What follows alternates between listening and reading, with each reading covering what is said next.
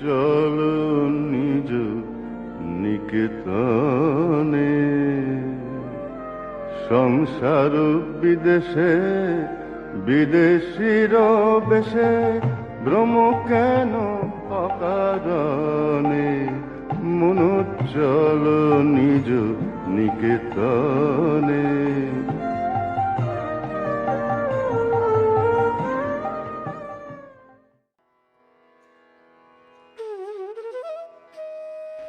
ಓಂ ಶ್ರೀ ಗುರುಭ್ಯೋ ನಮಃ. ವಿವೇಕ ವಿಸ್ಮಯ ಧ್ವನಿ ತುಣುಕು 50. ಹಿಂದಿನ ಧ್ವನಿಯ ತುಣುಕಿನಲ್ಲಿ ಬೆಳಗಾವಿಗೆ ಸ್ವಾಮೀಜಿ ಬಂದಿದ್ದಾಗ ಅವರನ್ನು ಭೇಟಿ ಮಾಡೋದಕ್ಕೆ ಅಂತ ಬಂದಿದ್ದ ಎಕ್ಸಿಕ್ಯೂಟಿವ್ ಇಂಜಿನಿಯರ್ ಅವರನ್ನು ನೋಡಕ್ ಬಂದಾಗ ಸ್ವಾಮೀಜಿ ಮತ್ತು ಅವನ ನಡುವೆ ಆಗ್ತಿದ್ದಂತಹ ಒಂದು ಸಂಭಾಷಣೆಯನ್ನು ಗಮನಿಸ್ತಿದ್ವಿ. ಯಾವಾಗ ಅವನು ಧರ್ಮ ಅನ್ನುವಂಥದ್ದು, ಧಾರ್ಮಿಕತೆ ಅನ್ನುವಂಥದ್ದು ಪೊಳ್ಳು ಅಂತ ಹೇಳಿದ್ನೋ, ಸ್ವಾಮೀಜಿ ಇದಕ್ಕೆ ಸರಿಯಾದ ರೀತಿಯಲ್ಲಿ ವೈಜ್ಞಾನಿಕವಾಗಿ ಉತ್ತರವನ್ನು ಕೊಡ್ತಿರೋದನ್ನ ಗಮನಿಸ್ತಾ ಇದ್ವಿ. ಈಗ ಅದರ ಮುಂದುವರೆದ ಭಾಗ.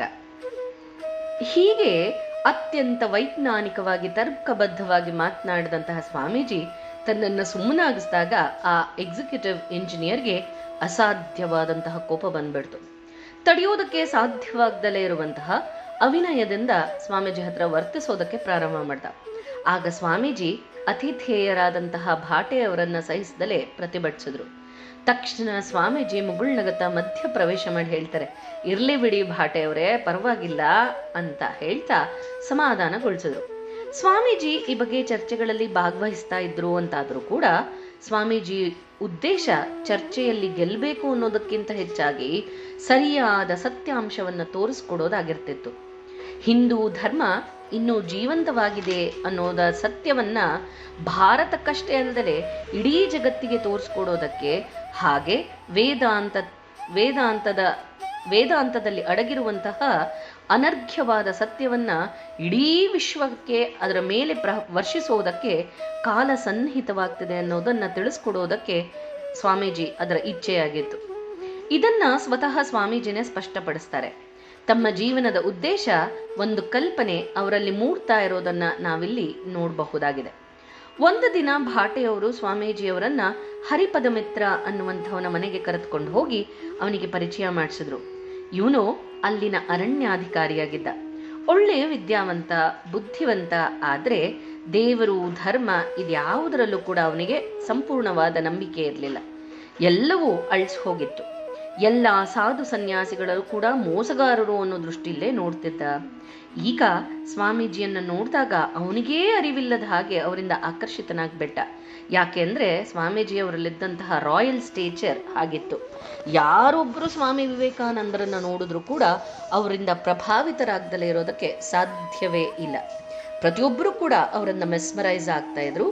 ಹಾಗೆ ಹರಿಪದ ಮಿತ್ರ ಕೂಡ ಮೆಸ್ಮರೈಸ್ ಆಗಿದ್ದಾನೆ. ಈಗ ಹರಿಪದನ ಮಿತ್ರದಲ್ಲೇ ಇವತ್ತು ರಾಮಕೃಷ್ಣ ಮಠ ಸ್ಥಾಪನೆಯಾಗಿದೆ.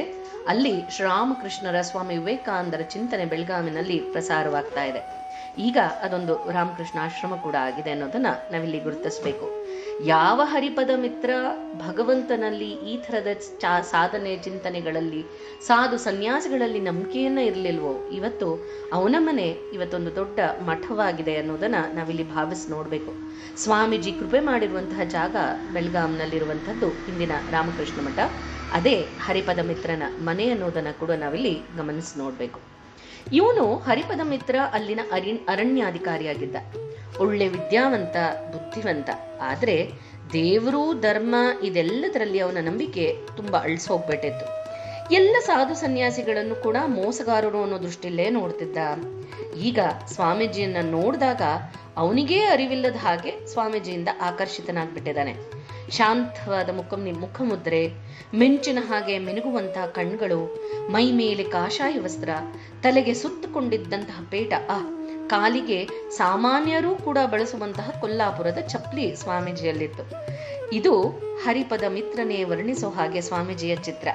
ಆದರೂ ಸ್ವಾಮೀಜಿ ಬಂಗಾಳಿಗಳು ಅನ್ನೋ ವಿಚಾರ ತಿಳಿದು ಬಂದಾಗ ಮೊದಲು ಅವನ ಮನಸ್ಸಿಗೆ ಬಂದಂತಹ ಭಾವನೆ ಏನು ಅಂತಂದ್ರೆ, ಓಹ್, ಈ ಬಂಗಾಳಿ ಸನ್ಯಾಸಿಗೆ ಮರಾಠಿಗರ ಮನೆ ಒಗ್ಲಿಲ್ಲ ಅಂತ ಕಾಣುತ್ತೆ, ಆದ್ರಿಂದ ಈಗ ಬಂಗಾಳಿಯ ಮನೆಯನ್ನೇ ಹುಡುಕೊಂಡು ಬಂದಿದ್ದಾರೆ ಅಂತ ಅಂದ್ಕೊಂಡ ಹರಿಪದ ಮಿತ್ರ. ಅಂತೂ ಇಂತೂ ಆದರೂ ಅವರನ್ನ ಸ್ವಾಗತಿಸಿ ಬರಮಾಡ್ಕೊಂಡ. ಅವರೊಂದಿಗೆ 10 ನಿಮಿಷ ಮಾತನಾಡೋಷ್ಟರಲ್ಲಿ ಅವನಿಗೆ ಅರ್ಥ ಆಯಿತು, ಇವರು ತನಗಿಂತ ಎಲ್ಲ ವಿಷಯದಲ್ಲೂ ಕೂಡ ಸಹಸ್ರ ಪಾಲು ಉತ್ತಮರು ಅಂತ. ಅವನು ನಿರೀಕ್ಷಿಸ್ತಾ ಇದ್ದದ್ದಕ್ಕೆ ವಿರುದ್ಧವಾಗಿ ಸ್ವಾಮೀಜಿ ಅವನಿಂದ ಏನನ್ನೂ ಬೇಡಲಿಲ್ಲ. ಕಡೆಗೆ ಸೌಜನ್ಯಕ್ಕಾಗಿ ಅವರನ್ನ ತನ್ನ ಮನೆಯಲ್ಲಿ ಉಳಿದುಕೊಳ್ಳೋ ಹಾಗೆ ವಿನಂತಿಸ್ಕೊಂಡ. ಹರಿಪದ ಬಾಬು ಆಗ ಸ್ವಾಮೀಜಿ ಹೇಳ್ತಾರೆ, ನನಗೆ ಆ ವಕೀಲರ ಮನೆ ಚೆನ್ನಾಗಿ ಒಗ್ಗಿದೆ. ಮನೆಯವರೆಲ್ಲ ನನ್ನ ವಿಷಯದಲ್ಲಿ ತುಂಬಾ ವಿಶ್ವಾಸವನ್ನ ತೋರಿಸ್ತಾ ಇದ್ದಾರೆ. ಈಗ ನಾನು ಬಂಗಾಳಿಗರೊಬ್ರು ಸಿಕ್ಬಿಟ್ರು ಅಂತ ಅವರ ಮನೆಯಿಂದ ಹೊರಟು ಬಿಟ್ರೆ ಅವ್ರು ಏನಂದ್ಕೊಳ್ತಾರೆ. ಹಾಗಾಗಿ ಈ ಬೆಳಗ್ಗೆ ನಾನು ವಿಚಾರ ಮಾಡಿ ತಿಳಿಸ್ತೇನೆ ಅಂತ ಸ್ವಾಮೀಜಿ ಹರಿಪದ ಮಿತ್ರನ್ಗೆ ಉತ್ತರ ಕೊಟ್ರು. ಇಲ್ಲಿ ಅವನ ಪ್ರಶ್ನೆಗೆ ಉತ್ತರ ಸಿಕ್ಬಿಡ್ತು. ನಂತರ ಹೆಚ್ಚಿನ ಮಾತುಕತೆಯನ್ನು ನಡೀಲಿಲ್ಲ. ಆದ್ರೆ ಅವರು ಆಡದಂತಹ 4-6 ಮಾತುಕತೆಗಳಿಂದಲೇ ಹರಿಪದ ಬಾಬು ತೀವ್ರವಾಗಿ ಈಗ ಪ್ರಭಾವಿತನಾಗ್ಬಿಟ್ಟಿದ್ದಾನೆ. ಮರುದಿನ ಬೆಳಗ್ಗೆ ಉಪಹಾರಕ್ಕೆ ತನ್ನ ಮನೆಗೆ ಬರಬೇಕು ಅಂತ ಸ್ವಾಮೀಜಿಯನ್ನ ಪ್ರೀತಿಯಿಂದ ವಿನಂತಿಸ್ಕೊಂಡ. ನಿಜಕ್ಕೂ ಎಲ್ಲ ಬಗೆಯ ಬೇಕುಗಳಿಂದ ಮುಕ್ತರಾದಂತಹ ಸನ್ಯಾಸಿಗಳಿರೋದಕ್ಕೆ ಸಾಧ್ಯ ಅನ್ನೋದನ್ನ ಅವನು ಇಲ್ಲಿವರೆಗೂ ನಂಬೋದಕ್ಕೂ ಸಿದ್ಧನಿರಲಿಲ್ಲ. ಆದ್ರೆ ಇವತ್ತು ಅಂತಹ ಸ್ವಾಮೀಜಿಯೊಬ್ಬರನ್ನ ನೋಡಿದಂತಹ ಸುಯೋಗ ಅವನಿಗೆ ಲಭಿಸಿತ್ತು. ಮನಸ್ಸು ಮಾಡಿದ್ರೆ ಸ್ವಾಮೀಜಿ ಸಾಕಷ್ಟು ಹಣವನ್ನ ಸಂಪಾದನೆ ಮಾಡಬಹುದಿತ್ತು. ಆದ್ರೆ ಅವರು ಸ್ವಾರ್ಥವನ್ನ ಸಂಪೂರ್ಣ ತ್ಯಜಿಸಿದ್ದಾರೆ ಅಂತಾದದ್ರಿಂದಲೇ ಹೀಗೊಬ್ಬ ಸನ್ಯಾಸಿಯಾಗಿದ್ದಾರೆ. ಮತ್ತೆ ಹೀಗೆ ಸ್ವಾರ್ಥದ ಒಂದಷ್ಟು ಲವಲೇಶವೂ ಇಲ್ದಲೇ ಇರೋದ್ರಿಂದ ಅವರು ಅಷ್ಟೊಂದು ಆನಂದ ಭರಿತವಾಗಿ ಹಸನ್ಮುಖಿಗಳಾಗಿದ್ದಾರೆ ಅಂತ ಆಲೋಚನೆ ಮಾಡಿದ ಹರಿಪದ ಮಿತ್ರ. ಮುಂದೇನಾಯ್ತು ಅನ್ನೋದನ್ನ ಮುಂದಿನ ಧ್ವನಿಯ ತುಣುಕಿನಲ್ಲಿ ಗಮನಿಸೋಣ. ಜಯರಾಮಕೃಷ್ಣ.